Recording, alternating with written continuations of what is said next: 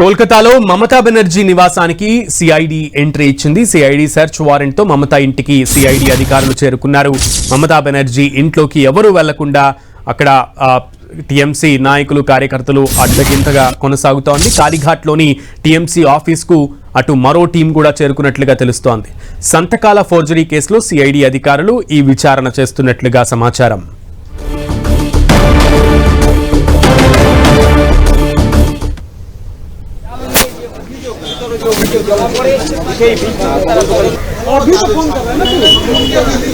కాళీఘాట్లోని TMC office కు ఒక team చేరుకుంది. సిఐడి అధికారులు అటు మమతా నివాసానికి కూడా టీఎంసీ అధికారులు చేరుకున్నారు. కోల్కతాలో మమతా బెనర్జీ నివాసానికి అలాగే టీఎంసీ కార్యాలయానికి సిఐడి అధికారులు చేరుకోవడంతో అక్కడ ఉద్రిక్త పరిస్థితులు తలెత్తుతున్నాయి.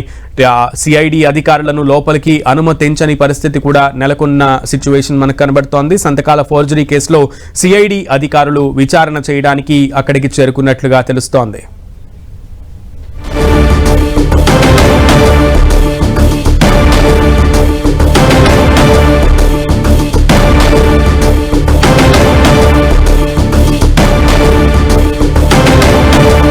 కోల్కతాలో మమతా బెనర్జీ నివాసానికి అలాగే టీఎంసీ కార్యాలయానికి రెండు చోట్లకి కూడా సిఐడి టీమ్స్ చేరుకున్నట్లుగా తెలుస్తోంది. ముఖ్యంగా సంతకాల ఫోర్జరీ కేసులో అధికారుల విచారణ చేయడానికి అక్కడికి చేరుకున్నట్లుగా మనకి సమాచారం అందుతోంది. మరింత బ్రీఫ్ డీటెయిల్స్ మా ప్రతినిధి గోపి అందిస్తారు. మనకి గోపి.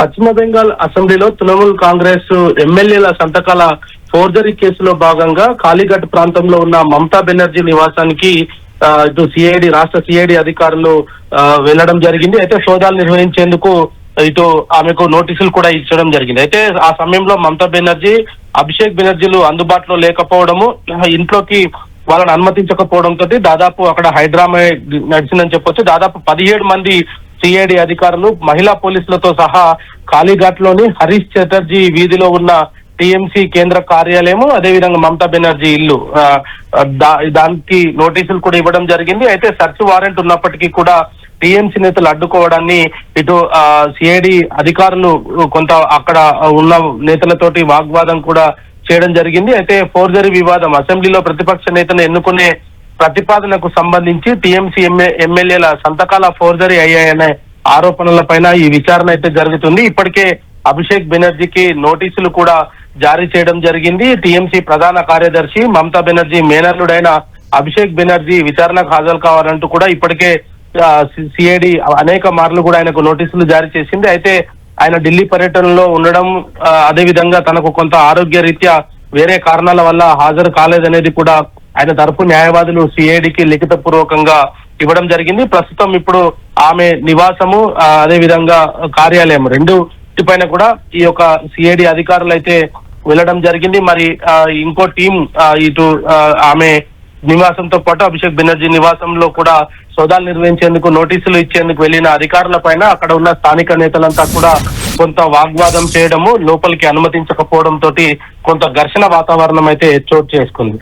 గోపి, అయితే ఇదంతా ఈ వ్యవహారం అంతా కూడా అక్కడ ప్రతిపక్ష నేతగా ఎన్నుకున్న సమయంలో సంతకాలు ఫోర్జరీ చేశాయంటూ కూడా అదే టీఎంసీ బహిష్కృత నేత విచబ్రత ఆయన చేసినటువంటి కామెంట్సే ఇప్పుడు దీనికి కారణం అని చెప్పుకోవచ్చా, లేదా సిఐడికి ఇంకేమైనా రుజువులు దొరికాయా? అయితే గతంలో కూడా ఏదైతే ప్రతిపక్ష నేతకు సంబంధించిన అంశాన్ని ఎన్నుకునే సమయంలోనే ఈ యొక్క సంతకాల ఫోర్జరీకి సంబంధించి కూడా వాళ్ళు మా అనుమతి లేకుండానే మేము సంతకాలు పెట్టినట్టుగా ఆయనను ప్రతిపక్ష నేతగా అభిషేక్ బెనర్జీని ప్రకటిస్తూ మమతా బెనర్జీ తీసుకున్న నిర్ణయాన్ని తప్పుపడుతూ గతంలో ఎమ్మెల్యేలు కూడా కొంత ఇటు అసెంబ్లీ సెక్రటరీకి కూడా కంప్లైంట్ చేయడం జరిగింది. మరి అటువంటి నేపథ్యంలోనే ఈ యొక్క కేసుకు సంబంధించి ప్రభుత్వం సిఐడికి అప్పచెప్పింది. ఈ సంతకాల సేకరణకు సంబంధించిన అంశము వాళ్ళంతా కూడా ఎమ్మెల్యేలు సంతకాలు చేయలేదంటూ ఒకవైపు ఆందోళన చేయడం, మరోవైపు ప్రతిపక్ష నేతగా అభిషేక్ బెనర్జీని పార్టీ అనౌన్స్ చేయడంతో ఈ గందరగోళ పరిస్థితి అయితే నెలకొంది. అయితే ప్రస్తుతం ఈ రోజు ఇటు 17 మంది సిఐడి అధికారులు మహిళా పోలీసుల అధికారులతో సహకారంతో కాళీఘాట్ లోని టీఎంసీ కేంద్ర కార్యాలయము, మమతా బెనర్జీ ఇల్లు అందులో సోదాలు నిర్వహించుకునేందుకు అక్కడికి చేరుకోవడం జరిగింది. అయితే టీఎంసీ నేతలు మాత్రం పార్టీ కార్యాలయం లోపలికి వెళ్ళడానికి ప్రయత్నం చేసిన సిఐడి అధికారులను అడ్డుకున్నారు. దాంట్లో మాజీ ఎంపీ సుభాష్ చక్రవర్తి అక్కడ అడ్డుగా నిలబడము, వాళ్ళని లోపలికి వెళ్లకుండా కొంత వాగ్వాదం చేయడము, మమతా బెనర్జీ ఇటు అభిషేక్ బెనర్జీ అందుబాటులో లేని సమయంలో చూసి మీరు ఈ సోదాలు నిర్వహించడం తగదు, వాళ్ళు వచ్చిన తర్వాత మీరు సోదాలు నిర్వహించుకోండి, మాకేం అభ్యంతరం లేదు, కానీ ఇటు పార్టీ కార్యాలయంలోకి పార్టీ అధినేత్రి అనుమతి లేకుండా అయితే మేము ఎట్టి పరిస్థితుల్లో కూడా అనుమతించేది లేదు అంటూ కూడా వారితో వాగ్వాదం చేయడం జరిగింది. దీంతో సిఐడి అధికారులు అదనపు బలగాల కోసం అయితే ఇటు పోలీసులను ఆశ్రయించడం జరిగింది. మరి ఫోర్జరీ వివాదానికి సంబంధించి ఈ ప్రతిపక్ష నేతకు సంబంధించిన అంశంలో టీఎంసీ ఎమ్మెల్యేల సంతకాల ఫోర్జరీ అయ్యాయనే ఆరోపణలో ప్రస్తుతం సిఐడి అధికారులు అయితే విచారణ జరుపుతున్నారు. మరి ఈ నేపథ్యంలోనే ఇటు ఈ అభిషేక్ బెనర్జీ కూడా దీనికి సంబంధించి కూడా గతంలో కూడా కొన్ని కీలక వ్యాఖ్యలు చేయడం జరిగింది. వాటన్నిటిని కూడా ప్రస్తుతం ఇటు అధికారులు అయితే కొంత సోదాలు అయితే నిర్వహించేందుకు అక్కడికి చేరుకోవడం జరిగింది. మరి 17 మంది అధికారులను అడ్డుకున్నారు. దానికి సంబంధించి కూడా సిఐడి అధికారులు లోకల్ పోలీసులు ఒక కంప్లైంట్ కూడా రేజ్ చేసినట్టుగా తెలుస్తుంది. మరి ఇటు ఒకవైపు ఇండియా కూటమి మీటింగ్ నిన్న జరిగి గడవక ముందుకే ఇప్పుడు పశ్చిమ బెంగాల్లో తృణమూల్ కాంగ్రెస్ కార్యాలయంలో సోదాలు నిర్వహించేందుకు సిఐడి అధికారులు అక్కడికి చేరుకోవడంతో ఇది కొంత ఘర్షణ వాతావరణంగా అయితే మారింది. గోపి, అయితే ఎస్ అందులోనూ మరొకసారి అటు సోనియా గాంధీతో ఆమె ఢిల్లీలోనే ఉన్నట్లుగా తెలుస్తోంది. మమతా బెనర్జీ కాసేపట్లో సోనియా గాంధీతో ఆమె భేటీ కానున్నారు. మరోప్రక్క ఇటు ఆమె నియోజకవర్గంలో అలాగే ఆమె రాష్ట్రంలో జరుగుతున్నటువంటి టీఎంసీ కార్యాలయం మీద అలాగే ఆఫీస్ మీద ఇంటి మీద జరుగుతున్నటువంటి దాడులకు సంబంధించి ఆమె రియాక్ట్ అయ్యే అవకాశం ఎంతవరకు ఉంది? అండ్ ఆవిడ అందుబాటులో లేని సమయంలో టీఎంసీ నాయకులు సిఐడి అధికారులని అడ్డగిస్తున్న నేపథ్యంలో సోదాలు ఎంతవరకు సక్సెస్ఫుల్ అయ్యే అవకాశం ఉంది?